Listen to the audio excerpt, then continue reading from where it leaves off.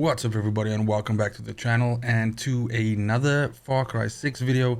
Probably the last one that I'm going to do. As the thumbnail explains, is basically my final thoughts on the game after having completed it over the weekend. By completing, I mean obviously collecting most of the guns and finishing almost all of the side quest activity and obviously the main quest of the game. Now, a question that I've had in stream is whether I think it was a good game, whether I think it was a good Far Cry, and whether I would recommend it. The realization is that there's a bunch of really good games out right now to play. Marvel's Guardians of the Galaxy is really good, Riders Republic is really good, and then of course, you know, down the line here we have games like Battlefield coming out, we have Forza coming out, we have Icarus coming out, we've got Halo coming out. So you might be on a budget and you might be wondering whether you should pick this up or not, and hopefully with this short video here I can explain what I liked about the game and whether I would recommend it based on, you know, certain criteria. Now, if you enjoyed this video or you found it useful in any way, please do consider giving it a like and subscribing and sharing it with a buddy. It really does help the channel a lot and it just means a whole lot to me. But without any further ado, let's jump right in. Now, first and foremost, when it comes down to whether I enjoyed the game, I can say that I definitely did. There's parts of this game which are, you know, which were really fun to me, which were really enjoyable to play when it all comes together, the set pieces, you know, all of that. But I do think that there's some things which, again, as mentioned in the pros and cons, as I'll come across those points, that will kind of determine whether there's enough here to, first of all, make it worth it to spend full price on this game, and then secondly to, you know, pump in, you know, the hours that's needed for this, because Ubisoft have kind of like refined this recipe as to how they make games like this, you know, how they make Far Cry's. There's a way, there's a blueprint, if you will, that how they create these games. The same is true for Assassin's Creed and, you know, any of their other franchises. But the point is that the Far Cry franchise has kind of like stayed within its core mechanics and the way how the game plays out and what you have to do in the game to progress in the game and how you get different guns in the game and all of that. And Far Cry 6 tried to turn that a little bit, you know, on its head by not having a skill tree anymore, for instance. And some of the things that changed are hit or miss for me, and some of it I enjoy, and some of it I find, you know, like I find that I do miss the skill tree, to be honest. Of course, the Supremo system, which is the backpack that's configurable with different items that you can slot into it and different backpacks doing different things, is supposed to replace that. But I feel like it's not really enough, and I spent, let's say, 70% of my playthrough running around with one Supremo on my back just because I found it to be superior, and just because, yeah, I'd fully upgraded it, and I just couldn't be bothered to switch because it just did what it needed to be to do, and all of the attachments that it had on was everything that I needed, and I didn't find any of the other Supremo powers to be appealing above that one. But I would say that firstly, you know, you should play this game, and you should probably pick it up if you're a fan of the Far Cry recipe. So if you're a fan of the franchise, if you're a fan of and then you're probably already playing this game. But that's why I want to add on this one part here.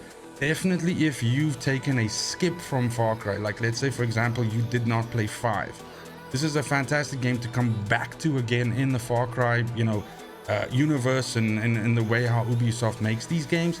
And so that is exactly what I did. I had 3 and then 4, and then I skipped 5, and then 6 was my first, you know, return to the series again.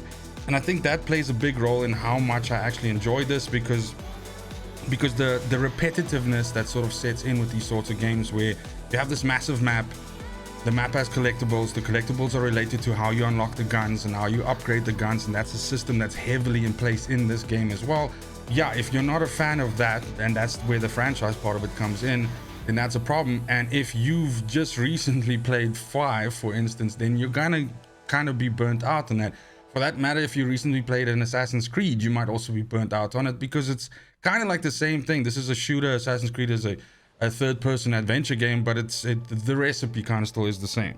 Now, I would say don't pick this up if you're looking for a very strong narrative experience and a very good story. Again, unfortunately, something that this franchise is known for ever since Far Cry 3, I guess, which was in my opinion the last one that had like a really good story, and is probably my favorite Far Cry. This is, even with Giancarlo Esposito being in, you know, as the villain in the game and everything, there's just not enough meat on these bones here and a lot of the characters come off as very unlikable or just unhinged or crazy. The humor is a little bit over the top because it's this weird thing where the game is super serious and it deals with very, very serious not source material, but it takes itself incredibly serious. But there's this obviously jokey underlying side to it, and then there's comedy interwoven, and some of it will go over your head and some of it will seem really silly. And yeah, it just was a complete miss for me. So there's cutscenes that I just flat out skipped when I was just like, nah, don't feel like it, anything like that. And I was basically there for the gunplay. So don't pick this up if you're looking for a super strong story driven experience, because unfortunately you won't find that here. The second reason why I would say that you should consider picking this up is if you are looking for a game in this genre that you can play co-op with a buddy. The game is fully co-op playable from, let's say, about 5 hours into the game all the way until the end. So there's an initial sort of like island area that you have to get past, and like games usually work is that's essentially like a little tutorial built in on its own. But once you get through that, then the game world opens up, and then you basically unlock multiplayer and you can bring friends in. I do think that the co-op brings more bugs into the game. Really weird shit happens with the AI, and stuff flying off the fucking map and weapons doing weird things. I didn't encounter a lot of that, but I have seen other people and especially other reviewers that have mentioned this, so I wouldn't want to not mention this. But the co-op thing adds like a more fun factor to the thing, and if you have a buddy that enjoys games like this as well, I definitely think that there's many hours of fun that can be mined from this, even if it's just a weekend's worth of playing, and basically just having fun in that way. So again, not really looking for the story, but more just for shits and giggles and hanging out with a friend, basically. The second reason that I would say that you shouldn't pick this up is basically, again, and I guess this locks back to the whole recipe thing with these kinds of games, with these Far Cry games, or with Ubisoft games as a whole, is that if you're looking to be any form of a completionist, but you are thinking that it's going to take you 8, 10, 12, 15 hours to unlock 90% of this game, or to see 90% of this game, that is just not true. There's so much in this game, especially when it comes just to unlocking raw material, which you need to be using to upgrade your weapons and your gear, of course, and to unlock slots and all of that sort of stuff. So there's a lot of like legwork that needs to be done to gather that, and that takes fucking hours to do.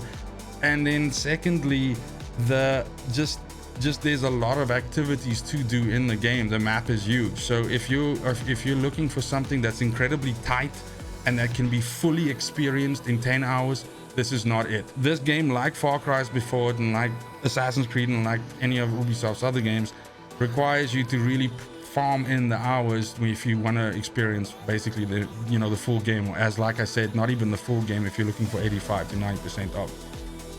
So that's basically it. I hope that I tried to make it sort of like as black and white in a way as I could, but I feel that games like Far Cry, they're polarizing in a way that if you were gonna buy Far Cry, you were gonna buy it at the beginning. If you didn't have time to play it now, you were gonna wait until it was like a bargain, like 50% off or 40% off or something like that, and then pick it up. Or you were just not going to play it because you're burnt out on games like this, or you're just not a fan. So, but hopefully I did answer some questions that you might have. Hit me up in the comments down below if you have any other further questions. Let me know if you're enjoying the game, if you're thinking of picking it up on a sale down the road, or if you're just giving it a skip after maybe having played 5 and 6 is your skip one, which I think is fully fine, by the way. So that's basically it. But short video, as I said, I'm going to leave you now. I don't really have any more to add to this conversation, but as I said, please do ask me if you have any further questions. But thank you so much for watching, especially if you made it this far. And it's just super important to me that you have a great morning, an awesome afternoon, and a super cool evening wherever you are in the world. And until next video, fucking cheers. They want the best of me now, best of me now, best of me now, best of me. They want the best of me now, best of me now, best of me now, best of me.